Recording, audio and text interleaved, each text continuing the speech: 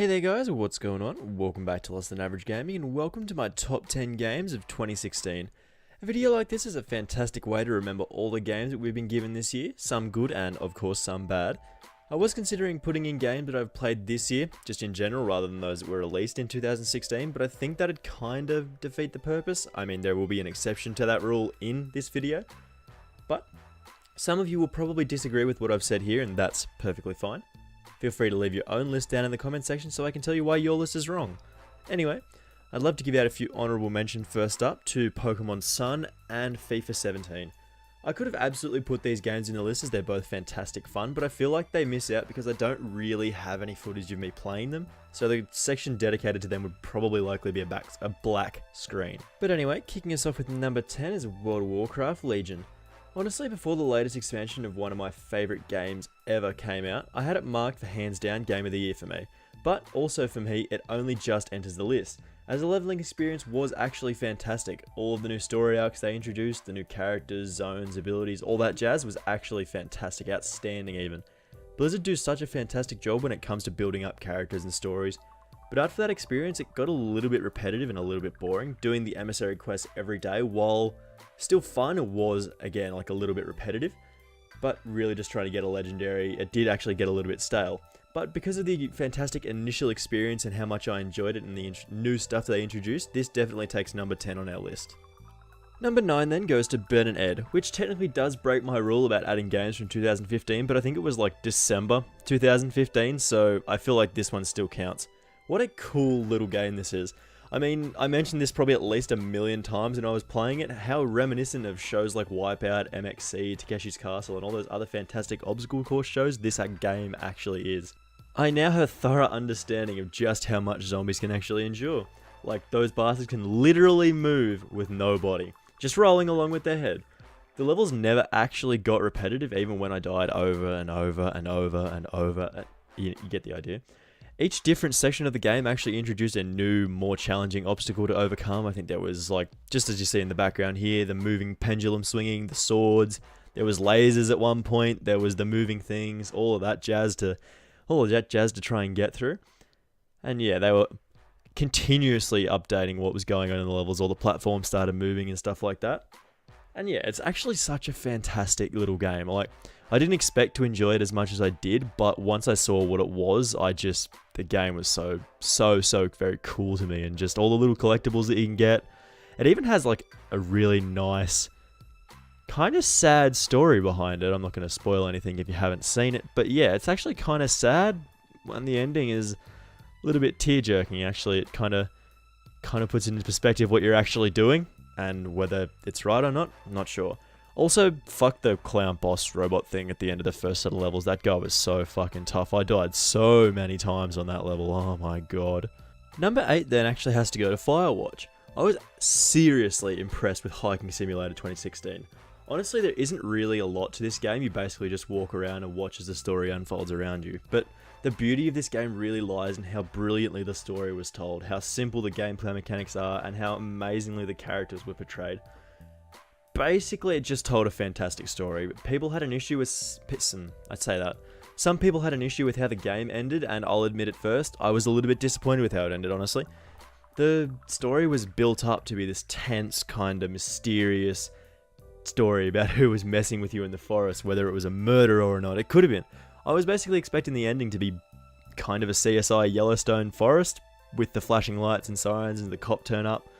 But the ending was like way more subtle than that. It was just an accident that couldn't really have been helped. The game actually looked fantastic. It didn't run amazingly well on my old PC because it was actually like a fantastic looking game. And I also recorded it with OBS instead of Shadowplay because whatever reason I wasn't using Shadowplay back then. But when I first took a good look at this game, this is absolutely fantastic. Like, simple storytelling, not masterpiece. It's really, really good though. Like, basically it just tells a simple story that you want to keep finding out about. Each day sort of unfolds differently. Something new will happen, an event where you find a random tent in the forest that's been burnt out. They leave a note for you that says that you're a pervert and they're going to call the cops on you and they're coming to get you. And you keep building this web of stories that sort of continues to make sense, but you're trying to figure out what's going to be around the corner. Who is actually messing with you in the forest? Is it those teenage girls that you found at the start that were skinny dipping in the lake? Turns out no. Shockingly, I wasn't actually greeted by those young ladies as I ended the game. But yeah, it was something completely different to what I was expecting, and yet it was still a nice way to end the game. There was an accident. It couldn't have been helped any other way. It was just the way it was, and it was sort of a little bit harrowing to see that it's just how it ended. I'm not going to spoil it or anything, but it ended in such a way that was not as satisfying as the story I had made up in my head, but still ended the game in such a way that it was nice. It flowed still together with the story, and it sort of pieced together everything that made sense rather nicely, rather than, oh, it being a big murder scene, someone got murdered and stuff like that. Everyone's in trouble. We need to get out of here now. So it actually ended really, really nicely compared to what I was thinking, where it could have been all lights and show. And yeah, the start of the game, also super sad. If you can get past that without crying, oh my god, that game is sad at the start. Anyway, moving on to number 7, Cluster Truck takes number 7 on our list. It seems like the gaming industry had a serious thing for unusual platformers like around 2015, 2016. Jumping between trucks and other different obstacles is strangely entertaining though. This one actually is very, very impressive in just how simple of an idea it is, and yet still how fun they managed to make it. I was keeping my eye on this one since the beta was announced, and it's such a satisfying game to play. This one did have me frustrated for hours though, but also just laughing at myself and how silly the whole thing was. You were literally just a guy jumping from truck to truck to truck to try and get to the end of a level for no reason in particular, just because you got told to. Once you complete the level that you've been stuck on for all day, days, hours, whatever. I got stuck on the fucking last level I literally stopped playing the game for like months and then came back to it later and was like, oh, this level's actually not that hard, and just finished it. But yeah, once you do finish that level that you've been stuck on for ages, it's so satisfying. It's so much fun to just also use all the power-ups and stuff that they've got in there, like the jetpack. I'll admit I wasn't using the power-ups like at the start when I first fucking bought the game. They're like, oh yeah, you get power-ups now and you get to use them, but it doesn't actually explain to you that you have to equip them. So I basically finished like 95% of the game without power-ups, and then realized, oh, the power-ups actually make this game pretty easy. So yeah, use the power-ups if you get this one. It's actually not that expensive on Steam. It's good for, I think it's like $10, I think. It's good for a laugh, so if you want like a fun time with just some truck jumping action, a silly bit of a platformer, it's just good fun. Go check it out. I really recommend this one. Also, they add like more levels at each of the holidays that have happened since it came out. So I 100% know they did Halloween, and whether they're doing or did Christmas, I'm not sure. I haven't checked it out for a little while. The updates haven't been up to date, or I haven't been up to date with the updates rather. And yeah, they'll probably do Christmas if they haven't already, if they aren't too busy working on the Totally Accurate Battle Simulator. Speaking of, number 6 goes to said awkwardly named military strategy game. It is just so silly. I've never experienced the joys of watching two awkward red and blue armies stumble towards each other, hopefully knowing that I've planned it out correctly. It's just silly, dude. Technically this game isn't actually out yet, but there have been like multiple alpha tests, beta tests, and I've had a look at this one, and when this bad boy releases in full, it's going to be a hell of a good time. Even between like 2 different updates of the game, it changed massively. They're continuously updating all the models of the characters and levels and adding new units for you to mess around with and crush your enemies, or just build a wall and delete their email. Despite it appearing a little bit like stupid on the outside, that's where the Totally Accurate comes in.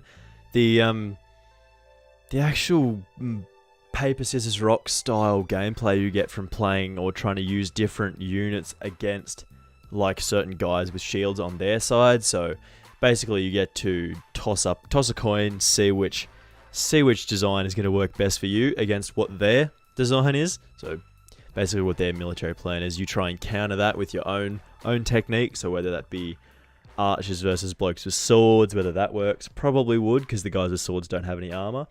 It's surprisingly realistic in something like that, where you can just use ranged weapons on blokes with only swords or no shields, and they end up getting killed anyway.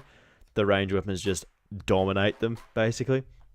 And also a decent amount of realism in between, like, how strong different eras of weapons are compared to others. So, obviously, the bloke with the musket or the M16 is going to win versus the bloke with the bow, and also the guy you can see in the background there just flopping around.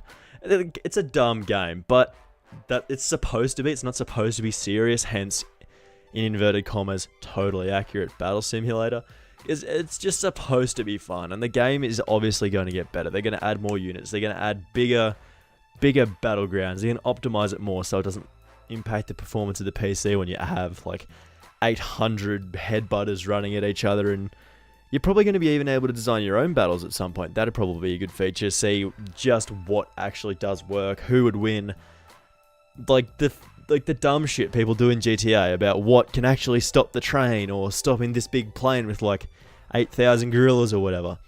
Eventually you're going to be able to like create your own custom battles and get like 800 headbutters versus 800 headbutters and then destroy your PC because it's a potato and it can't handle 1,600 different people on the screen at the same time. So yeah, this game is going to be fantastic when it comes out, and all the features that they haven't announced yet that I've just made up will hopefully make it into the game. But yeah, do go check this one out. It's not actually like out yet. There's a free open alpha going on at the moment that you can go check out if you just want to have a look and mess about in the game, see what it's all about like I did. Now we're into the top 5, and number 5 is my sleeper hit this year, Golf with Your Friends. Never thought I'd put a mini golf game in any top 10 video, and yet here we are. Honestly, it's a pretty solid mini golf game with some quality level design. The enjoyment of the game largely comes from the people you play with though.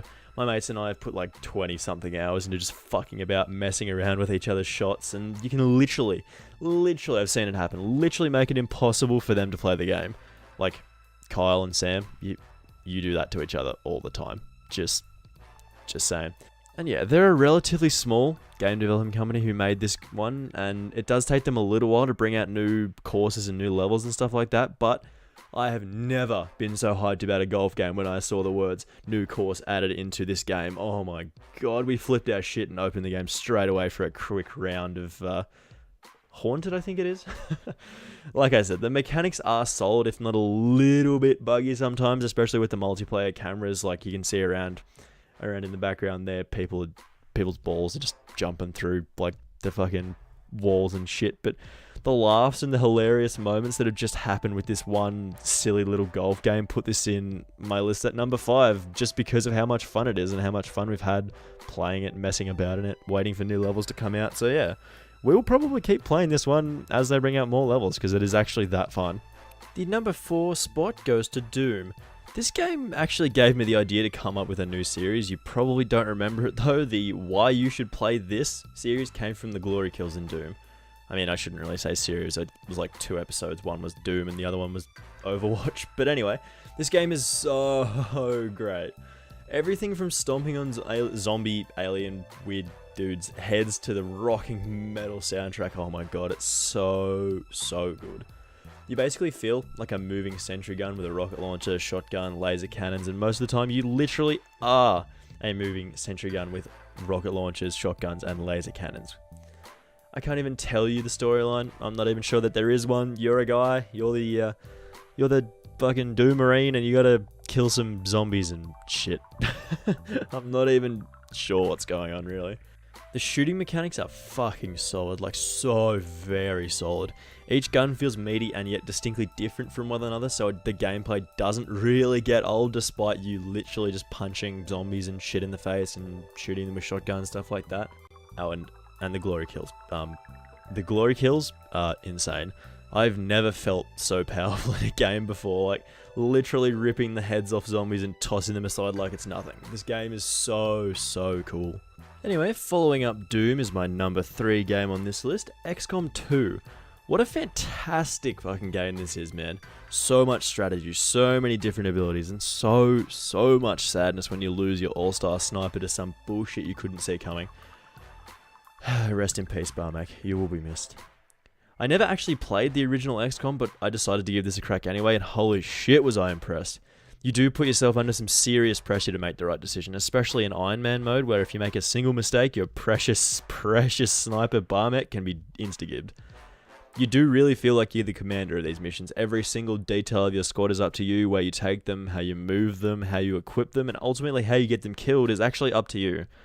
Even on the easier difficulties, this game is still tough as fucking nails. You can screw yourself by not taking into the right weapons or the right equipment for your ship or ship parts or stuff like that, but that is actually really part of the experience. You do learn from your mistakes and you do end up moving on. If you haven't checked out XCOM 2 yet, go grab it. It's absolutely worth whatever and however much it costs. All the tactical elements in this game are actually so satisfying. Like, you do hide behind cover most of the time, but you do have abilities that'll get you 1. Out of cover, 2. Into cover, chunk something over cover, and basically kill people from behind cover or over cover or whatever. You kill loads of aliens in this game, but you also like take a lot of damage. You miss a lot of shots, which is a little bit annoying actually, I'll admit.